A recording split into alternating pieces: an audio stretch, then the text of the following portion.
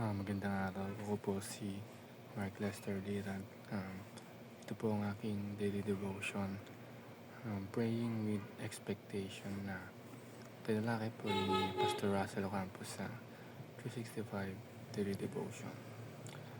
Bible verse po ngayong araw ay galing sa Matthew chapter 7 verse 7 to 8. Ang sabi po nito ay, "Ask and it will be given to you. Seek and you will find. Knock and the door will be opened to you. For everyone who asks, receive. The one who seeks, find. And to the one who knocks, the door will be open." Um, ang sabi po dito is pag tayo po ay nanghingi sa Panginoon ay ibibigay niya ito, at kung tayo ay may hinahanap ay mahanap natin ito sa tulong ng Panginoon.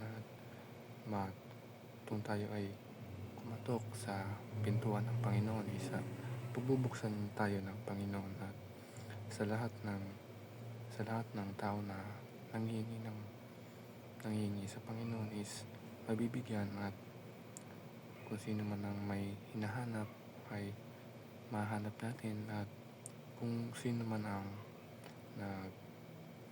kumatok sa pinto ng Panginoon o sa puso ng Panginoon pagbubuksan tayo ng Panginoon. Kaya lagi tayong mag-ask sa Panginoon.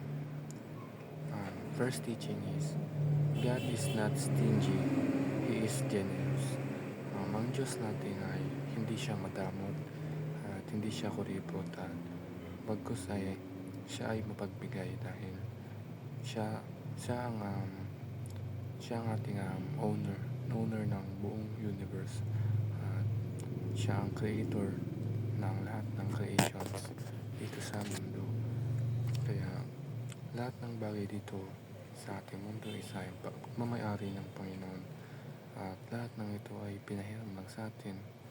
Maski ang buhay natin ngayon ay hiram lang natin sa Panginoon. Kaya huwag natin isipin na madamot ang Diyos. Second teaching is, God is pleased with an expectant heart. Ang Diyos is nalulugod sa taong umaasam o may tiwala na puso. Kumbaga, kahit nahingi siya ngayon at bukas hindi nabigay, pero umaasa pa rin na ibibigay ito ng Diyos, at hindi siya nagmamadali. Nalulugod ang Diyos dito. Last teaching is, God has promised that He will answer.